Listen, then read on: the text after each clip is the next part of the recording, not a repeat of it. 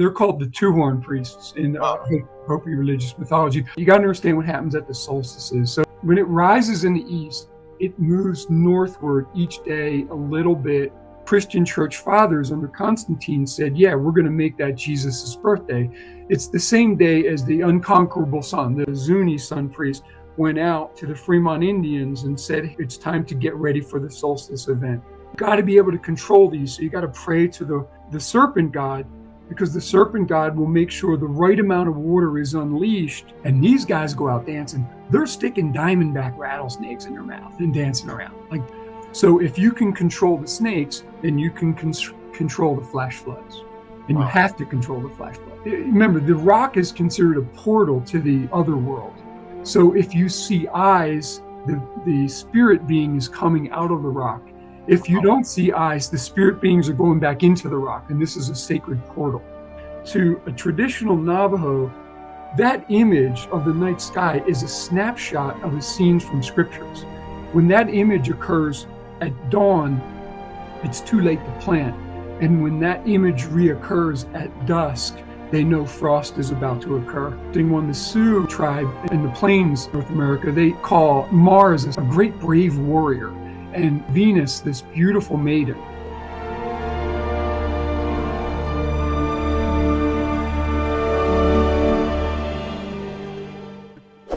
Welcome back to the Gnostic Informant, and you are about to attain true gnosis. And today I'm returning, what is this, the fourth time? I think it's the third or fourth, Neil. Yeah, it's been a treat every time. With John McHugh, author of Celestial Code of Scripture. What's the full title? I'm sorry. The Astral Cipher underlying the miracle stories of the Bible and the Qur'an. Yes. And the link's in the description for that. I have a copy. It is so worth it. It is such a good, well put together, scholarly piece of work on some of this stuff that's in the Bible and the Quran, Native American stuff. We did an episode about Noah's flood. We did another episode about some of the stuff that's in the Bible, and people loved it. And now I want to switch it up, do some Native American stuff, because we don't talk about them as much, but they're really fascinating stuff. And let's get into it. Well, thank you for having me on, Neil, and hi all the Gnostic all the Gnostic viewers that are tuned in right now. So I just wanted to just let you know that I kind of live in two different worlds. So I went to Brigham Young University. I'm not Mormon. I went there to become a Native American archaeologist, an archaeologist who studies prehistoric Native American cultures in the American Southwest. And what happened when I went there is I realized I was going to have an opportunity to learn ancient languages. So I ended up taking an extra long jaunt through Brigham Young University, because it took me so long to take all my language classes and to study Native American archaeology at the same time. But anyway, connected to that is I thought this might be a really fascinating presentation, because I'm always looking for the aspects of human thought they're just pan-human, that are just beautiful. So I put together this slideshow entitled Thinking by Analogy, Mental Constructs in Native American Spirituality that Bear Correlates in Christianity. And you might think, what the heck does Native American spirituality and Christianity have in common? You would be surprised, at least in the thought processes. So I have a pictograph there that I'm very specially attached to. It's near Dinosaur National Monument in northeastern Utah. It's about 1,000 years old, roughly 1,000 years old. Oh, wow. And so it's about 3 feet tall. And I'm going to go into it in more depth. But I just want to say it's based on an article my research partner, John Lundvall, and another research partner, Tom Howells, put together about a year ago. That's published in Archaeoastronomy and Ancient Technologies. It's called a Prehistoric Native American Pictograph that signals the summer solstice. So, I wrote the Celestial Code of Scripture, the Astral Cipher underlying the miracle stories of the Bible and the Qur'an. Remember, if I sell enough copies of this book, Monkfish is going to let me do a sequel, and I'm going to do a book called Orion Shows Jesus How to Walk on Water. So please buy a copy so I can do the sequel. It'll be a lot of fun. Yeah. But anyway, so when I was doing my research, basically the book, The Celestial Code, basically talks about how the ancients believed that tableaux or pictures in the pagan Mesopotamian constellations frame scenes of supernatural earthly events. Religious astrologers such as the Magi translated these stellar picture stories into writing. The Magi wrote down exactly what these stellar picture stories depicted, regardless of whether or not they conformed with natural law. This is the basis for the hiatuses in natural law or miracles that are reported in the Bible and the Quran. So every Jewish, Christian, and Islamic miracle can be traced to a picture or a still frame in the oldest pagan constellation list in Mesopotamia. So basically, the reason miracles are possible in the ancient world is because they're based on pictures in the stars. And you have these religious astronomers or religious astrologers writing down exactly what they see, regardless of whether that coincides with physics and natural law and gravity and stuff like that. So, so you might say, well, what's that got to do with Native American studies? Well, the impetus for that whole realm of study had nothing to do with the Bible or the Quran. Remember, I started out, I just wanted to be, I was fascinated. What you may not be aware of, a lot of the viewers may not be aware of, but in the American Southwest, there are literally hundreds of thousands of rock art panels, prehistoric Native American, if you will, picture writing that is painted and carved into the rocks. And these stories are, in essence, pictographic scriptures. So that's what I wanted to study when I went back, when I was in grad school. But I was especially fascinated with archaeoastronomy, or how ancient peoples used astronomy. So let me give you an example. So, this is a picture of the night sky near Polaris, our pole star, right? So the Polaris is the hearth there in the center of the picture. The Navajo tribe call Cassiopeia the revolving female, or the turning female, and the Big Dipper the revolving male, the turning male. They literally spin around Polaris, the pole star. They're in essence the Navajo Adam and Eve, and they depict how you should behave. You should be near your fire hearth. You should be taking care of your spouse and your family. It's in essence, in Navajo thought, this is a pictographic commandment, like the Ten Commandments, and it's depicted, etched into the constellations. Another Navajo celestial myth. This is a night god. The black image is night god. It's the night sky. Deliehe is the Pleiades, and certain times of the night, the Pleiades shows up in certain positions, and they were preordained by the trickster god Coyote, who threw the stars into the sky into their current shapes. But the point I'm trying to get at is, to a traditional Navajo, that image of the night sky is a snapshot of a scene from scriptures. When that image occurs at dawn, it's too late to plant. And when that image reoccurs at dusk, they know frost is about to occur. Another interesting one, the Sioux tribe in the plains of North America, they call Mars a great brave warrior, and Venus this beautiful maiden, and they perceive them to be married. And again, the Sioux Indian Adam and Eve story. Every time, about every 6 years, when Mars and Venus make a conjunction, they view that as the conjugal union, or the sexual union that produced the first child, which was a girl. Another one, I'm going now to the Chumash Indians on the California coast. They talk about these orphaned boys, these 7 orphaned boys that they didn't have family, and they lived together, and they were kind of just trying to cooperate and stay alive together. And they would dance around Polaris, their fire pit, and their hearth, and they would jump up in the air and try to act like the geese so they could fly away. And at one point, they actually turned to geese, and that's the constellation that we call the Big Dipper is literally, in the Chumash language, it's called Boys Turn to Geese.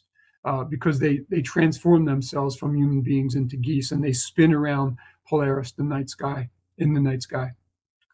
And then even the Barasana tribe of the Brazilian rainforest in the Amazon, they have a god named Warimi, he who went away into the heavens. He's embodied in the stars of Orion. Again, his image is a pictographic scripture. It's a miracle that took place. And if you asked a Barasana tribesman, how do we know this is true? He or she would just point to the stars and say, well, there it is. It's right in front of you. So the constellations function as this repository of pictographic scriptures, religious history. They don't coincide with natural law because this is pre-scientific concepts. So what happened with me is I was like, well, wait a minute. If the Native Americans think about it that way, I wonder if the Greeks and Romans think about it that way. And that's when I had my epiphany. And when you look at the Greek night sky, the ancient 48 constellations, they are literally pictographic scriptures. We think of them as yarns that, like, the old shepherds would tell. Oh, that's a picture of Orion, walking on water, blah blah blah. But they're literally serious, solemn events. For instance, you see in this image Perseus carrying the head of Medusa across the sky. You see Pegasus in the central left part of the figure. Pegasus has leapt forth from the severed head of Medusa. You see Cetus there, poised to devour Andromeda. Later, Perseus uses his knife to swoop down and kill Cetus, the sea dragon, at the bottom of the picture. Again, every single constellation is part of a tableau or a picture of a scene from scriptural history. So then I'm thinking, well, wait, if the Native Americans are doing it this way, and the Greeks are doing it this way, and the Romans are doing it this way, then why aren't the Jews and the Christians doing it this way? And that's where that spawned the research that led to the Celestial Code of Scripture. Wow. So, and I'm just going to just do a little couple scenes here. Like, so for instance, the Pegasus square in cuneiform is called Gon. Gon means garden in Hebrew. The guy next to it is the abbreviated term for Aries is Lu, which means man. That's Adam's name. Adam means man in Hebrew. And then the god embodied in Aquarius causes the flood. It's Ea in cuneiform in Babylonian. But his epithet is a cuneiform sign that can be read May, and May can mean he will be. That's the cuneiform term. It's a Sumerian term for Yahweh. Yahweh just means he will be. So there's a picture of the Garden of Eden. There's a picture of the celestial flood, the original flood boat in Babylonia. In the oldest Babylonian flood story has its bow chopped off. The Argo is a bowless boat. The cuneiform title for the Hyades asterism up there at the top of the screen in Taurus, the bull, is Agu, which simultaneously means crown and devastating flood. So this is where the story of that great flood was either remembered or spawned. I don't know which one. Again, Jesus's birth is up there. Virgo in cuneiform writing in Greek is defined as a pregnant virgin. The brightest star in Regulus is the infant star. His name's Sharu. It just means baby, infant. And of course, the Messier object 44 in Cancer is Fatine. It's the manger. So this is Luke's version of Jesus's birth story right there. The template's laid out right there for you. And then, Orion walks on water 700 years before Jesus because he's doing it in the night sky. He's literally stepping out onto the river constellation that leads into the celestial sea. His cuneiform title, Damu, Dingir Damu, can be read Son of God. He's also referred to as a Sukal, and Sukal can mean anointed one. It means Christ, Christos in Greek. So that's probably how Orion's ability to walk on water was attributed to Jesus. That's the fast version. And then, Revelations 12 talks about the pregnant woman who gives birth to a child in front of the red dragon who's going to devour him. That's right out of the Babylonian night sky. Iru part of the stars of the northwestern stars of Virgo connect with Coma Berenices and Leo's tail stars to form a pregnant woman constellation named Eru. Her name means to be pregnant. Next to that is Regulus, which is the child star, the baby star, and next to that is Hydra, which is a red dragon constellation. So they're the templates for all of those biblical stories. But getting back to what we were talking about in the beginning, how could an 1,100-year-old Fremont Indian pictograph and Jesus's birthday have anything in common? And I coined it thinking by analogy. So thinking by analogy is when something looks like something else, it embodies the qualities of that something else. So let me give you an example. Oh, wow. Yeah, when Jesus says, like, I am the bread of life. Whoever comes to me will never be hungry again. Whoever believes in me will never be thirsty. So, as someone raised devoutly Catholic, you reenact the Last Supper every single Mass. You take what's the body of Christ and you drink the blood of Christ. But remember, that's an analogy for nourishment. If we eat and we drink, we stay alive, we nourish our body. And Jesus was saying that, no, this also applies to your spiritual body. If Jesus said, I don't know, something like, I don't know, I can't even think of it. And it's such a human analogy that you can easily understand that. Right. You can't understand, nuclear fusion in Jesus's day. Like, you just can't understand any kind of analogy like that. So he uses a very simple analogy to understand, to comprehend what this sacrament is supposed to be. Again, this thinking by analogy becomes really, really important later on. So to understand Native American picture writing or Native American rock art, I just want to give you a real brief overview, and I hope I can pleasure your viewers on this one, Neil, because I think they'll really enjoy this. So this is, when I go in the field, this is what I do. I deal with rock art almost all the time. I very rarely excavate. I very rarely do surveys now, unless I'm finding rock art and cataloging the rock art and quantifying the data on it. So between 30,000 and 6,000 BC, you had the Ice Age, right? So you had these special spear points. They're called Clovis. They're Clovis fluted points is what they're called. And I'm rounding these dates off. So if anyone's a professional, like archaeologists specializing in Paleo-Indians, just chill for a second, because I'm just doing this for the general public. So these spear points are pretty big. They're about 3 inches long. They're hafted onto a spear, and they're used to do one thing. They kill mammoth. They are killing megafauna. They got to get through those really tough hides. Notice they're hunting with atlatls, which are throwing spear. They're throwing sticks.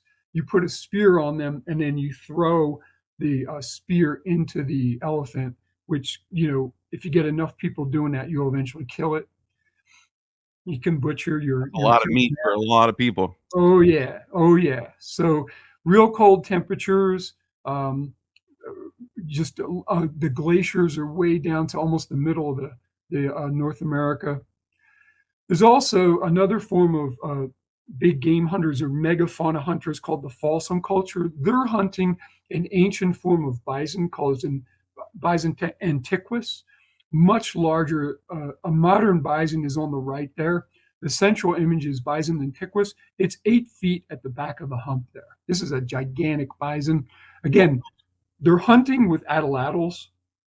The spear shows up, the bow and arrow shows up in Utah around 100 AD. But before that time, they're hunting with atlatls, these spear throwers or spear throwing sticks. So you see them in the rock art. Like, this is just southern Utah. They almost look like unopened umbrellas. Whenever you see those, they're atlatls. So I see them all the time when I'm out here looking at rock art. Here's another one. So the top of this image, you see a bighorn sheep. Below that, you see an atlatl, a spear thrower. Below that is the spear that would be used to hunt the bighorn sheep. And, sometimes you actually see the megafauna. So this is near Bluff, Utah. in southern Utah. So right there is a bison antiquus and a mammoth. So you can see them a little better. They've been artificially carved in. By the way, you never ever touch rock art. Even the oils on your finger can affect the rock art and cause it to erode away faster. Wow. This has been colored not on the rock. This is just done in the lab for the image. The photograph itself has been colored. You can see to the ancient bison right there, bison antiquus, and you can see the mammoth on the left. You can see the hump on the head. You can see the tusks and the trunk. And yeah, so there are two images here. There's an M1 and an M2. They're both mammoth. It's probably an ancient Paleo-Indian hunting scene sometime before 6000 BC. I tried to blow up the one image, but it didn't come out so good. There's a little mammoth right there. It's actually, put it in perspective. So if you play basketball, the top of a backboard is 13 feet. That's how big the back of a mammoth is, a Columbian mammoth. So yeah, wow. One person didn't kill these. You had 50 guys out there with a death wish, taking this thing down. Then about 6000 BC, the glaciers melt away. The oceans rise about 300 feet, and you get what's called much more modern meteorological conditions and weather conditions. You get what's called the Archaic Period. In the Southwest, they call it the Desert Archaic. It occurs from about 6000 BC to 200 AD. Again, what you end up seeing is people living in what would be considered brush teepees. They're just poles that you would put brush and mud over to make them waterproof. By the way, some tribes just never stop. So the Paiute tribe, many of the hunter-gatherer tribes that are out here in Utah, the Ute Indians, they never stop. They just lived hunter-gatherers. Your life is an extended camping trip. You literally go to your food source. And here's a Paiute wiki up from about 1880. Wow. There's a Paiute wiki up that's about the same time period, 1890. She's got a mortar and pestle. She's probably grinding acorns. Their basketry shows up in the rock art all the time. These are, again, Paiute Indians from western Utah. They're burden baskets. They show up in the rock art all the time. There's also a lot of hunting magic. So about 2000 BC, you start to get these split twig deer figurines or mountain sheep figurines. And they're believed to be hunting magic to allow the deer and sheep to be prolific and to give their lives to the Native Americans so they could eat them. That's how they look in excavation. It's split. They call it a split twig figurine, deer figurine. And at this later period, the Archaic Period, you get these. They're called pit houses. They're semi-subterranean houses that you live in. You can see the hearth there. This one's from Mesa Verde. You enter it by a ladder. And that's how people were living out here in the Southwest for 6,000 years. There's a sketch of one. I deal with these all the time. You see them, you can walk along, and there's literally thousands of them that aren't even excavated. One of the things I deal with is trying to steward rock art sites and archaeological sites to stop looting. So I try to help out with that. But here's what's so amazing, and I hope I can just pleasure your viewers with this. At the end of this Archaic Period, this Barrier Canyon style shows up. Now remember, these people don't plant. They are literally moving to their food source. And there's just these ghost-like images. Whenever you see a rake, that usually, remember, we're out here and it's the desert. They tend to, that refers to rain, falling rain, and rain runoff off of the rock cliffs. And any squiggly line you see is a snake. So you can see one on the red figure on the right side of your screen, and red body, white head. That white squiggly line is a horned serpent. Again, you see a white squiggly line there. That's a horned serpent. Lots of serpents in this Barrier Canyon figures. They look like, these are the figures that everybody says are the aliens, the people that believe in ancient astronauts. They would say that these are aliens. There's a lot of evidence that they're masked figures. And what you're looking at is their various headgear and feathers. You can see this figure here with two snakes coming off of its shoulders. Here again, whenever you see rakes, you're dealing with probably rain and water runoff. Notice the figure on the left with his arm out, and you see those rakes. Again, it's probably a rainbow and falling rain. Again, out here, you've got to have rain or there's just famine because it's so dry.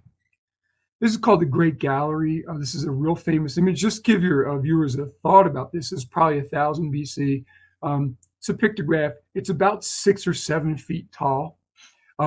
It's interesting to note that if you see eyes, remember, the rock is considered a portal to the other world.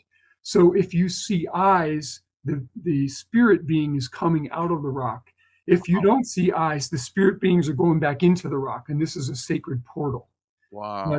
Just a really remarkable image. And you can go to this site. It's called the Great Gallery in Barrier Canyon in southern Utah. So those are spirits? Yeah, the belief is that they're spirits, and that coincides with the Native American religious belief system, where they do extensive dances and they imitate the spirits. They actually dress up like the spirits they worship. Again, whenever you see rakes, think rain. So I remember I was talking about all those, those snake figures. So the Hopi Indians and the Zuni Indians and the Pueblos of New Mexico and Arizona, they have a sacred snake, a horned serpent. In Zuni, it's called Colowizi, and in the Hopi Mesas, it's called Pululukam. And again, it embodies the waters of flash flood, because these flash floods are what water your crops, your fields, your corn, your beans, your squash, right after the thunderstorm. And you've got to get just the right amount of water. You've got to be able to control these. So you got to pray to the serpent god, because the serpent god will make sure the right amount of water is unleashed, properly watering your fields, not washing it away, or not giving so little water that the corn never matures. The Hopi Indians have an extensive late August snake dance. Now, let me be clear. These guys, they collect like 1,000 snakes, and these guys go out dancing. They're sticking diamondback rattlesnakes in their mouth and dancing around. Like, that's what they're doing. Wow. Yeah, it's an astonishing ceremony, and it is, again, to make rain, because snakes slither like they look like a flash flood. And again, thinking like an analogy, if something looks like something else, it empowers the bodies of that something else.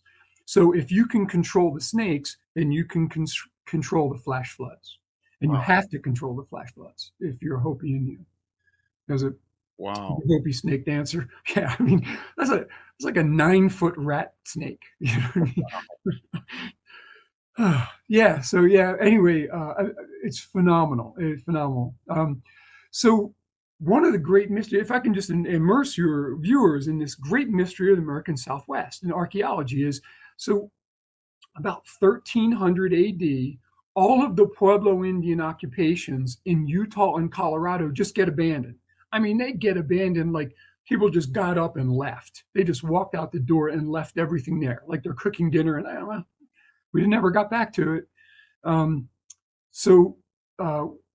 Just to ground your viewers in what we're looking at here. So I deal almost exclusively with the Fremont culture up there in Utah, that bluish area. They are ancestral Puebloan. And again, thousands and thousands of archaeological sites in Fremont and Colorado are just abandoned right about 1300 AD. And they moved down to the Pueblos that now exist in Arizona, like the Hopi Pueblos. There's 13 Hopi Pueblos, and the Pueblos you see at Zuni, and also the Pueblos that exist along the Rio Grande River. So Mesa Verde gets abandoned around 1300 AD. Really large cliff-dwelling city embedded right in the rock. I mean, think about how much effort went into building that, and then you just walked away from it. Same thing with Chaco Canyon. Here's a city where, Pueblo Bonito, I think it has 900 rooms. When you see a circular structure like this, it's a kiva. So this is in essence an underground church.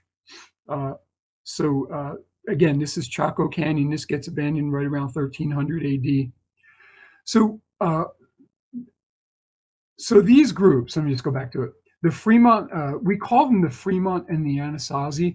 The newer term for it now, at the behest of the Native Americans, is please call us the ancestral Pueblo, and these are our ancestors.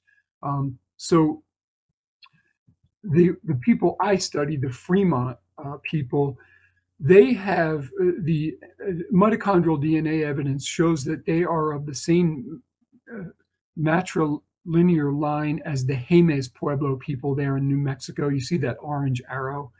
So for whatever reason, many of these Fremont Indians ended up living there at Jemez Pueblo along the Rio Grande River. I've seen a bunch of Kachina dances. I've seen a lot at El Defonso Pueblo. So that is Jemez Pueblo in 1915. That's Taos Pueblo. Not that last time my wife and I visited. That's the northernmost Pueblo. By the way, this is built between 11 and 1400, and people still live there. And you're like, whoa, it's unbelievable. Like you see this Pueblo that's, 900 years old, and there's a truck pulled up next to it. It's astonishing. You're like, you get a chance to go, please go, but please respect the rock art because it's sacred. This is what it would have looked like. This is a Hopi Indian tilling his field in around 1900, and there was a colorized version of it. Again, so the pictograph that I'm talking about, that I showed in the original picture, we call it the Ore-Headed Anthropomorph. It's an awful picture and an awful name, I'm sorry. And the picture is great, but the name is awful because I have to use all this archaeological jargon when we write about this stuff. But it's in northeastern Utah near Dinosaur National Monument. So the Fremont people's summer solstice deity, and I'm calling it a hierophany in the desert. And this is why. First of all, to understand it, you got to understand what happens at the solstices. So I don't mean to be patronizing here, but so the sun, it moves along. When it rises in the east, it moves northward each day a little bit, sometimes about a degree, not a degree, but about a half a degree, sometimes less than that, until it gets to the summer solstice. Then basically on, June 21st, June 22nd, June 23rd, and June 24th, it rises in the same exact spot. Wow. Then it starts moving southward again, and it does that at the winter solstice. Now, the winter solstice is dire because it's freezing. People are running out of food. And so there's always, you think of Stonehenge, there's always ceremonies that have to be enacted to turn that sun. Because the belief was if you didn't appease the sun god, he'd basically say, well, screw you. I'm going to keep moving south and you can freeze to death. So the winter solstice, you get winter solstice, December 21st. December 22nd, it rises in the same place. December 23rd, same place. December 24th, same place. December 25th, it starts to move northward again. And you might say, wait a minute, December 25th, that's Jesus's birthday. Well, right. In 334, AD, the Christian church fathers under Constantine said, yeah, we're going to make that Jesus's birthday. It's the same day as the unconquerable sun. The Sol Invictus, yep. Yeah, Sol Invictus. And Mithra was like a different version of that. Yeah. Exactly what it's connected to. Mm-hmm. So again, they understand this concept. So what interests me, so there's this. Well, one last thing I want to say about sure. This is a pretty important thing. Yeah. There's a pregnancy lasts for 9 months. And people like to connect ourselves with the universe, and they look at there's a 9-month period from the winter solstice till not midsummer, till the end of I'm trying to think, fall equinox, I think, whatever it is, one of those. Yes, you have a 9-month period of growth of a birth basically, and then it's like death for that last quarter of the year from fall time till the winter solstice. Yeah, the death period. So that's how they have that 9-month thing going in there. It's kind of a brilliant idea to connect your human self to the universe. Everything's connected to the universe and embedded in the cyclical time in layers. And that's what I found so interesting about Jesus's birthday. It's a wholly pagan idea. It's literally the rebirth of the sun. If that sun doesn't start moving northward again, we're all dead. Yep, Period. exactly. Nothing else to talk about. So you go to this pictograph. Now, my background's in archaeoastronomy, so a lot of archaeologists that I end up seeing with the Bureau of Land Management and the Park Service, so they'll ask me to come and look at sites, and they said, we think this is a solstice, and usually it's equivocal. I go out and I'm like, yeah, it happens for 2 months, but this one was amazing. So let me show you why. So it's close up of it. Notice some things. First of all, it's red. Red is the color of the sun in Puebloan mythology. Red symbolizes the sun. Notice there's 2 rectangles way to the left of your screen. We still haven't figured out what they are. Notice the bent staff. There's a bent fringe staff. Remember, the fringes stand for rain. We're trying to make it rain. But the bent staff, we couldn't figure out. We thought it might be a dance. They're dancing and they're trying to show motion. We found out later that was wrong. Underneath this picture, this is painted right over an older calendar. When you see a petroglyph or a rock carving and it looks like a bullseye, that's a sun. That's the Pueblo Indian symbol for sun. So you've got an older calendar right there. And because I know about this site became agricultural in about the middle of the 3rd century AD. That older, those bullseyes you see in that picture are probably from about 250 AD. They're carvings, and then later they painted this picture over it. But let me show you what happened. So on the solstice, this is about 6:10 in the morning. The phenomenon starts at 6:08. 6:14, that's what it looks like. 6:21, headdress fills. There's nothing else to talk about. The idea that you made that happen on the summer solstice, and it happens for an 8-day period, which is almost perfect. There's a close-up of the same image. Interesting. Now, again, I just want to point out regarding caring for this stuff, we're all stewards of this. Those pock marks you see are numbnuts who have gone out there with shotguns and shot at this thing, back in the 1930s, so talk about defacing something sacred.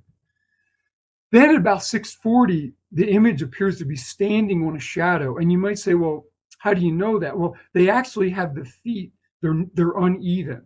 The feet of this picture are uneven so that he appears to be standing on the shadow of Earth on the solstice. And again, as an archaeoastronomer, I got to go out and I got to try to falsify my data. So we photographed this from March 30th on. June 5th, that's the closest the headdress comes to filling up on the left there. Middle scene, that's June 11th. So that was, the solstice occurred in 2020. It occurred on June 20th. But so that was the closest it got on June 11th. And then on June 16th, you could make the argument that it was filled. So the solstice occurs for 4 days, and this headdress is filled for 8 days, which is incredibly tight when you're talking about people who have no mathematical way to calculate when the solstice is going to occur.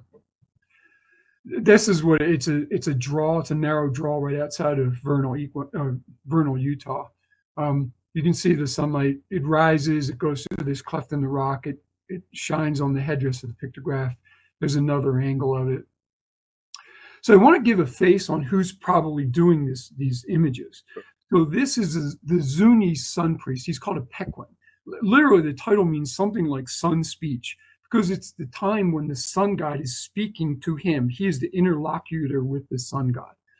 He goes out to a sacred shrine. You can see it there on the right. This is a picture from 1896.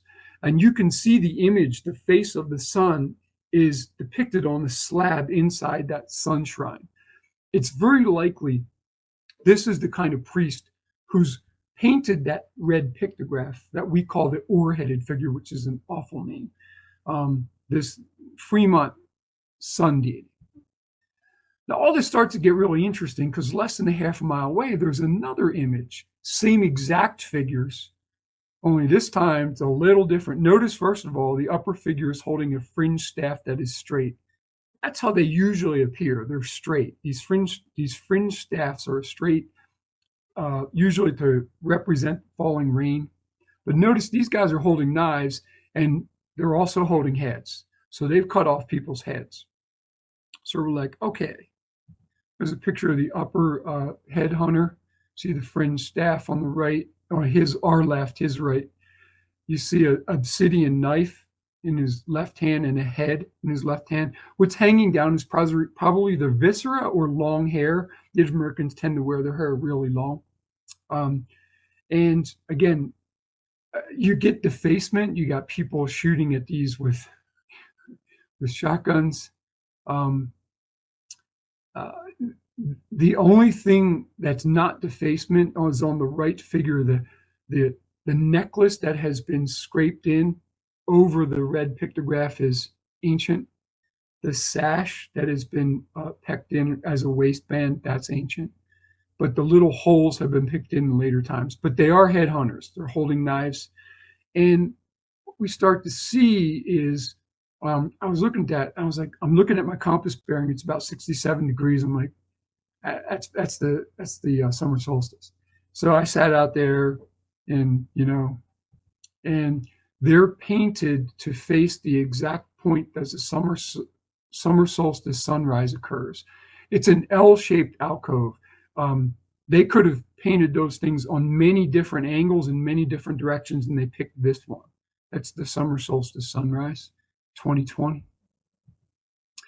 But these ore-headed figures are often associated with head hunting.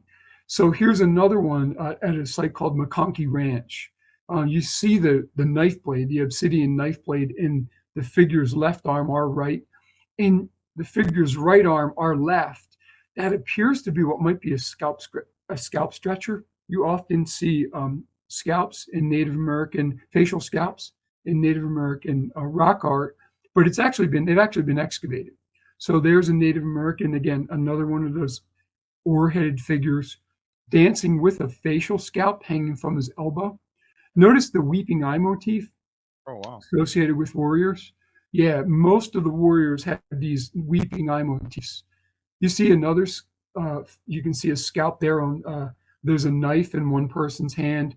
You can see a captive actually out of the figure. If you look off to the figure's right, you'll see what looks like a rope tied around a captive's neck.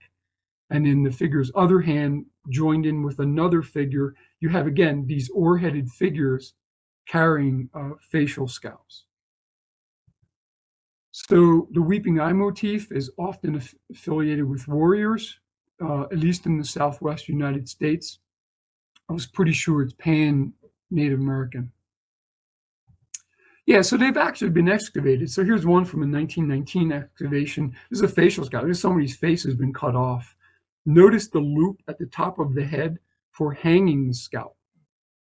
And you might say, well, that's pretty gruesome. I'm not really into my religion's better than yours stuff. Like the Christianity, all I got to think about is the Crusades, if you want to talk about brutality, Inquisition. But in this case, it's done for a ritualized purpose. So every Pueblo and community has a Scalp Society. It's a warrior fraternity that ritually takes an enemy's scalp. Here's Zuni's scalp pole, 1888. This is Zuni Pueblo in New Mexico. You can see the scalp up there at the top of the pole. These scalps are kept as sacred relics. They tend to be associated with rainmaking. Picuris Pueblo and Isleta Pueblo in New Mexico, the sun god is literally depicted as a decapitator. And you can see, once again, this is the face of the sun. In Hopi, it's Tawa is the name of the sun god. You can see the weeping line motif, the weeping eye motif there. I'm going to get back to that. So the question my research partners, John Lundvall and Tom Howells, were asking while we were looking at these imagery in near Dinosaur National Monument, we're saying, is there a connection between scalp taking, the summer solstice, and the weeping eye motif in ancestral Puebloan thought? So there's a pretty famous anthropologist named Florence Hawley Ellis. She writes that since it appeared that the sun hesitated a few days in his southern house, the Pueblo deemed it wise to put on a ceremony which would spur his decision to again take up his march northward. And by the way, they did that at summer solstice too. But at summer solstice, the turn is connected to rainmaking. So uh, uh, Ray Williamson, the famous astronomer that wrote a book called Living the Sky, it was published in around 1985. He writes that the summer solstice is a time of ritual dances for the Pueblo, part of the object being to celebrate the turning of the sun and to encourage him to remain northward and high in the sky for a long period in order to provide the warmth and light for the crops. Still, the primary purpose is to encourage the Kachina spirits to bring the rain.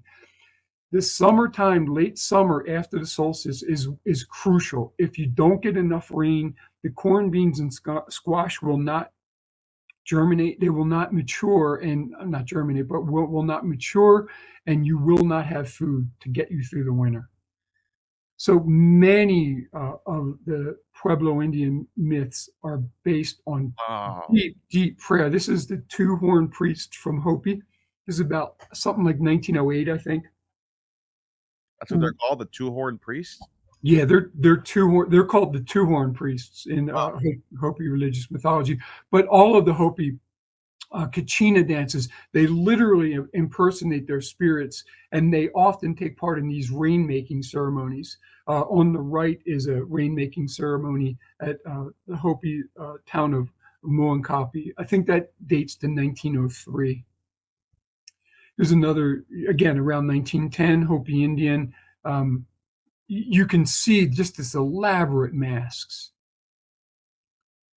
And so where did all this come from? Well, it comes up from Mesoamerica. It comes up from the Mayan Indians. Remember, the Mayan corn deity, the maize deity, is a decapitated head. And the idea is thinking by analogy. If I ritually take an enemy and I cut his head off, it's just like cutting an ear of corn from the stalk. So you get this ritualized warfare. It's not brutalized warfare like over territory and stuff like that.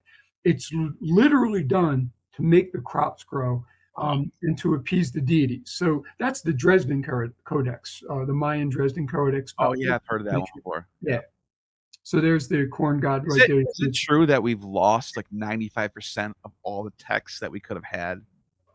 I don't know how high the percentage is, but we've lost many of the texts. Wow. And it's just remarkable. And by the way, I don't do Mayan. I can't read the Mayan glyphs. I know what some basic ones mean, but a Mayan Indian can look at that and just read that to you and tell you what that glyph is telling you. So there's another deity, Xipe Totec of the Aztecs. He's literally the flayed deity, the Lord flayed one. He's literally a flayed scalp. And remember those human scalps I was just showing you. Again, it's sort of this idea that you have to ritually kill to keep the gods appeased, to keep everything in balance. In this case, Xipe Totec is he gives himself as food to humanity in a symbolic of the way maize seeds lose their outer layer before germination. So you're flaying humans in the same way you see the corn seed lose its outer skin. It's all connected to ritualized killing.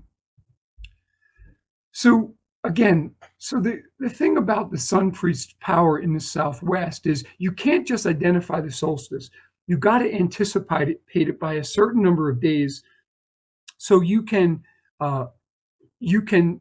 announce the day of the summer solstice by 10 days, by 12 days, by 8 days. You have to make all of the ritual paraphernalia, all of the items that are needed. You got to decorate the masks. You got to practice your songs and prayers, and you got to do your dances perfectly. If you don't, the rain deities won't be appeased, and you're not going to have food to make it through the winter. So again, I'm always trying to put a face on it. So very likely the person that painted that red ore-headed figure in northern Utah is thinking like this sun priest right here, this Zuni Sun Priest. So this sun priest had to anticipate the solstice, maybe by 10 days, maybe by 12, and they would mark a calendar stick. This is a Pima calendar stick from like the early 1900s. This is a Puebloan calendar stick. This is Hopi. This is from like 1920. So we remember I was talking about that curved staff, that red staff. So we couldn't figure out why it was bent, because they're never bent. They're always straight. And now we know. So on June 10th, 10 days before the solstice, there's a perfect match with that curved staff. That was the indicator. The sun priest who painted that not only painted a match with the headdress matching with the solstice, but the staff matches 10 days before the solstice. This is crucial. This is where you get all your power. That's really so now so they went out and they said to their community, okay, we got to fix the mass, we got to practice the dances, we got to make the ritual food, we got to get our songs right, our prayers right, and you got to do everything in order perfectly so that. Do they think this is like the god, their god, basically? This character on the. We think so. Yeah. We think so. We think that this is a Hierophant in the desert. The sun god is making himself present at the summer solstice. This is like their messiah. This is like their mediator between God and humans. Yep. And instead of rebirth, the big thing here in Southwestern Native American ritual, it's making the rain. You've got to make the rain occur. Right. That's everything. So it's very likely that when this occurred, someone that looked like the person on the left, the Zuni Sun Priest, went out to the Fremont Indians and said, "Hey, it's time to get ready for the solstice event," which is a very big event. And again, we've probably got to take a scalp. We got to go and take somebody's scalp. So we might think of that as brutal, but remember, they're not taking 1,000 scalps; they're taking one. So here's some evidence for that. Matilda Cox Stevenson, a famous ethnographer living with the Zuni, she said the scalp ceremony is still held every 3 or 4 years to please the gods of war, that they will intercede with the sun god and council of war gods for rain. Again, they're taking scalps to make it rain. Elsie Clues Parsons in 1929, she writes that the Tewa-speaking Pueblos refer to scalps as Pose'e, which is light rain. Ruth Bunzel in 1924, she says the sun priest at Zuni proclaimed, "With bloody head, the enemy reached the end of his life," which segues into a description of how the Zuni beast bow priest tore from the enemy his water-filled covering, which meant his scalp. So again, Pueblos of Nambe and Isleta, the scalps are called Pose'e, which is a synonym. It's not even that. It's really a homophone. Pose'e means light rains. It also means scalps. And they would say, we're going to have a little rain because the Pose'e, or the scalps, are crying. And remember that weeping eye motif? Well, we find a lot in the rock art. You find a lot of what looks like ritualized torture. At a place called Grand Gulch in Utah, southern Utah, you can actually go camping there. You can actually go there. We see evidence of ritualized torture. Ancestral Puebloans, they took about 89 bodies and apparently actually tortured them and basically cut off their scalps because there's all these cuts along the mastoid process on the back of your skull. So our hypothesis for the weeping eye motif is that it depicts instances of torture in which sacrificial captives were taken and tortured to the point of tears. Their teardrops symbolizing the raindrops needed for the crops to mature after the summer solstice. And there is a picture of literally a facial scalp that was taken and found in excavation, and you can see it in the rock art there, the same image. So this is how all this may be connected, and I hope I appreciate your viewers hanging in there with me. So the summer solstice, you have the turning of the sun, the need to induce rain through the ritualized taking of flayed heads. flayed scalps, with facial scalps I'm talking about. And December 25th in 334 AD, the sun's rebirth was utilized as an analogy for the birth of Jesus. On that date, the sun begins to move northward and the solar year is reborn. On December 25th, you can actually see that the sun has moved perceptibly. So that's why it's called the rebirth of the year. But what fascinates me most about this is the church fathers that made Jesus's birthday December 25th, when they did that in 334 AD, and the ancient Fremont Indian Sun Priest who painted that pictograph that marked the summer solstice, they were thinking about the year in exactly the same way. They were thinking by analogy. The year is the cyclical reoccurring event, and that they were both marking it in very much the same way. They're sharing the same kind of thinking. So I just wish they could have been kinder to each other when they met each other. That's a very profound thing what you just said right there. Yeah, it would have been nice if the founders of the Christian church could have shared their knowledge in a way that was respectful to the Pueblo Indians when they encountered them. Yeah, especially on the Eastern Pueblo. And so, but what interested me is both priests are thinking exactly the same way. And it's that beautiful thinking by analogy that we do. We all do it as humans. And so anyway, that's but it really does come down to agriculture and nature is the foundation of all these religious ideas in the end. Yeah. Because that's what literally we all depend on. We depend on our crops. Fertility and agriculture go hand in hand because when you have a lot of abundance and crops and food, you're just going to go have fun and meet a girl and fertility and you're gonna get, they all go hand in hand. Yeah. When you lose all that stuff, death comes in, death creeps in, darkness creeps in, coldness creeps in. So it's like all these religions and spiritual paths kind of have that in common. Yeah, it's remarkable. It's remarkable how they shared that same kind of thinking, but it's cyclical thinking. It's not linear thinking. Like this year it's 2022, and next year it's going to be 2023. It's not like that. It's the reoccurrence of the year and the events that occur throughout the year that are most important. So anyway, the book's called The Celestial Code of Scripture, and I think I can. I hope that was okay. I just tried to connect the kind of thinking, just so your viewers can get a feel for what pagan thinking is all about. And I don't know. I see it out here. I see syncretism.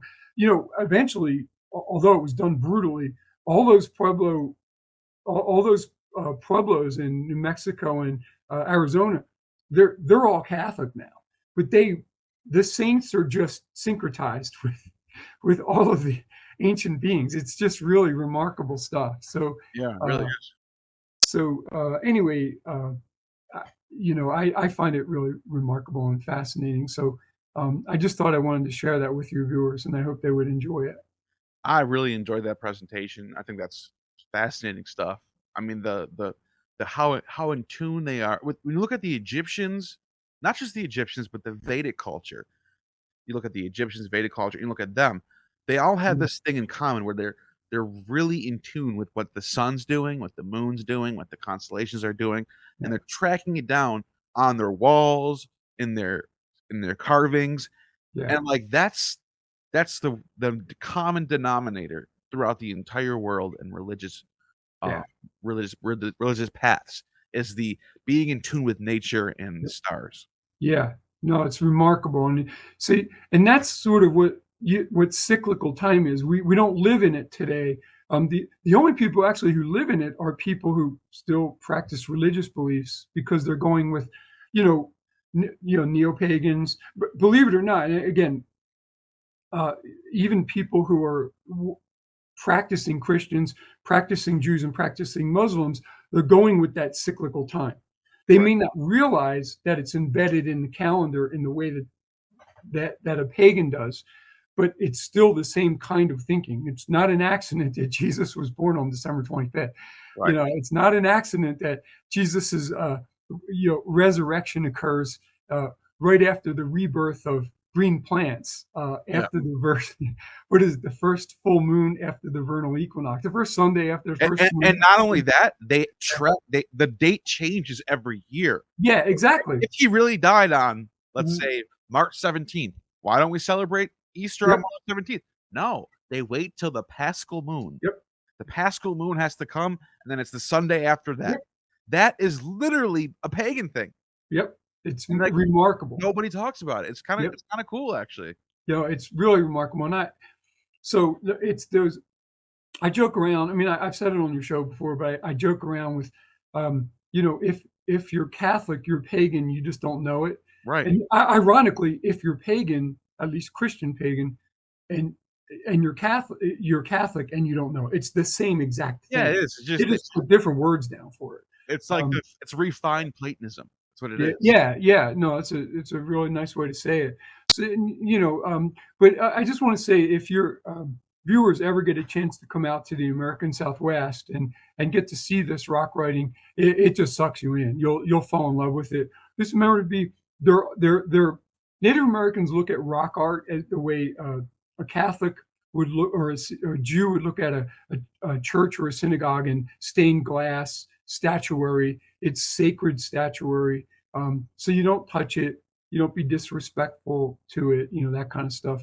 Because as you saw in some of those images, it's being defaced. And it's usually being defaced out of just sheer ignorance. When people realize, oh, Native Americans still pray here. Like they still come here and they offer tobacco and stuff like that. You'll see little piles of tobacco at some rock art sites. And anyway, I just think it's wonderful to be in touch with the first peoples here, and to share their worldview, to have an opportunity to share their worldview is just it's a real privilege. It's a real privilege.